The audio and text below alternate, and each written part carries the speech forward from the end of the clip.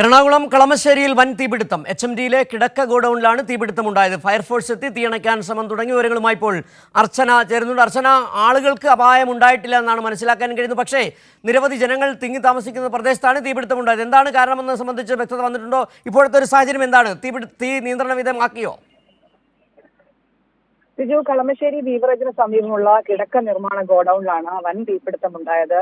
2 വാഹനങ്ങൾക്ക് തീപിടിച്ചിട്ടുണ്ട്. നിലവിൽ തീ നിയന്ത്രണ വിധേയമാണ് എന്നാണ് ഏറ്റവും ആശ്വാസകരം.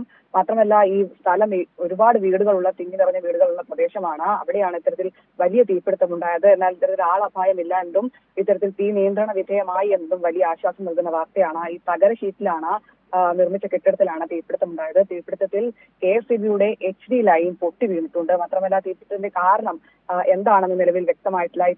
പൂർണ്ണമായും തീ നിയന്ത്രണ വിധേയമായ മാത്രമായിരിക്കും കൃത്യമായ പരിശോധന ഫയർഫോഴ്സിന് നടത്താൻ കഴിയുക. എന്തായാലും നിലവിൽ പല ഭാഗങ്ങളിൽ നിന്നും, ജില്ലയിലെ വിവിധ ഭാഗങ്ങളിൽ നിന്നും ഫയർഫോഴ്സ് യൂണിറ്റ് സ്ഥലത്തേക്ക് എത്തിയിട്ടുണ്ട്. തീ നിയന്ത്രണ വിധേയമാക്കാൻ കഴിഞ്ഞിട്ടുണ്ട് എന്നാണ് ഇത് സംബന്ധിച്ച് ഫയർഫോഴ്സ് വ്യക്തമാക്കുന്നത്. എന്തായാലും സമീപത്ത് വലിയ രീതിയിൽ പുക ഉയർന്നിട്ടുണ്ട്. ഏറ്റവും പ്രധാനപ്പെട്ട കാര്യം, ഈ തീപിടുത്തത്തിൽ 2 വാഹനങ്ങൾക്ക് തീപിടിച്ചിട്ടുണ്ട് എന്നും അതുപോലെ ഈ തീപിടുത്തത്തിൽ KSEBയുടെ ഈ പോസ്റ്റ് പൊട്ടി വീണു എന്നാണ് എന്തായാലും ആളപായമില്ല.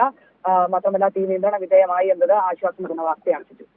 വളരെ വലിയൊരു ആശ്വാസം. മറ്റൊരു കാര്യം അർച്ചന, ഈ KSEBയുടെ വൈദ്യുത വകുപ്പിൻ്റെ ഹൈടെൻഷൻ ലൈൻ കൂടി പൊട്ടി വീണത് തീപിടുത്തത്തിന് ശേഷമായിരിക്കാനാണ് സാധ്യത. ഏതായാലും ആളപായമില്ല. ആളുകൾ തിങ്ങി താമസിക്കുന്ന നിരവധി വീടുകളുള്ള സ്ഥലമായിരുന്നു. പക്ഷേ എന്തായാലും തീ നിയന്ത്രണ വിധേയമാക്കാൻ കഴിഞ്ഞു എന്നാണ് നമുക്ക് മനസ്സിലാക്കാൻ കഴിയുന്നത്. ഈ അർച്ചന പറഞ്ഞതിൽ നിന്ന് മനസ്സിലാക്കാൻ കഴിയുന്നത്, ഈ കിടക്ക നിർമ്മാണ ഫാക്ടറി എന്ന് പറയുന്നത് അത് തകര ഷീറ്റ് വെച്ച് കെട്ടിയതാണെന്ന് അർച്ചന പറഞ്ഞതിൽ നിന്ന് മനസ്സിലാക്കാൻ കഴിഞ്ഞത്. ആവശ്യമായ ഈ സുരക്ഷാ സംവിധാനങ്ങളൊന്നും അവിടെ ഇല്ലായിരുന്നോ? നിലവിൽ ഫയർഫോഴ്സ് വ്യക്തമാക്കുന്നതിന്റെ അടിസ്ഥാനത്തിൽ അത്തരം പരിശോധനകൾ നടത്തേണ്ടതുണ്ട്. നിലവിൽ ഈ തകര ഷീറ്റിൽ നിർമ്മിച്ച കെട്ടിടം എന്ന് പറയുമ്പോൾ തന്നെ അതിലെ സുരക്ഷാ വീഴ്ചകൾ സംബന്ധിച്ച് കാര്യങ്ങൾ വ്യക്തമാകുന്നുണ്ട്. എന്തായാലും ഇത് സംബന്ധിച്ച് പരിശോധിക്കേണ്ടത് ഫയർഫോഴ്സ് യൂണിറ്റ് ആണ്.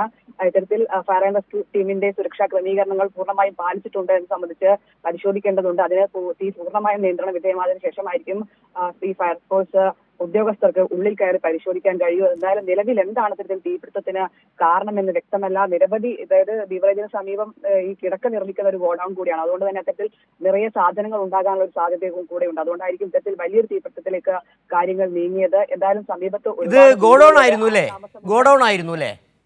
അതെ, ഇത് തകര ഷീറ്റിൽ നിർമ്മിച്ച ഒരു ഗോഡൌൺ ആണ്. ഇവിടെ കിടക്കയാണ് നിർമ്മിക്കുന്നത്. ആ കിടക്ക നിർമ്മിക്കുന്ന ഗോഡൌണിനാണ് ഇത്തരത്തിൽ തീ പിടിച്ചത്. അതുകൊണ്ട് തന്നെ ഈ കിടക്കയ്ക്ക് തീ പിടിച്ചാൽ അത് വലിയ രീതിയിൽ തീ പടർന്ന ഒരു സാഹചര്യത്തിലേക്ക് കാര്യങ്ങൾ നീങ്ങിയിരുന്നതാണ്. കൃത്യമായി ഫയർഫോഴ്സിന്റെ ഇടപെടലാണ് അതിൽ എടുത്തു പറയേണ്ടത്.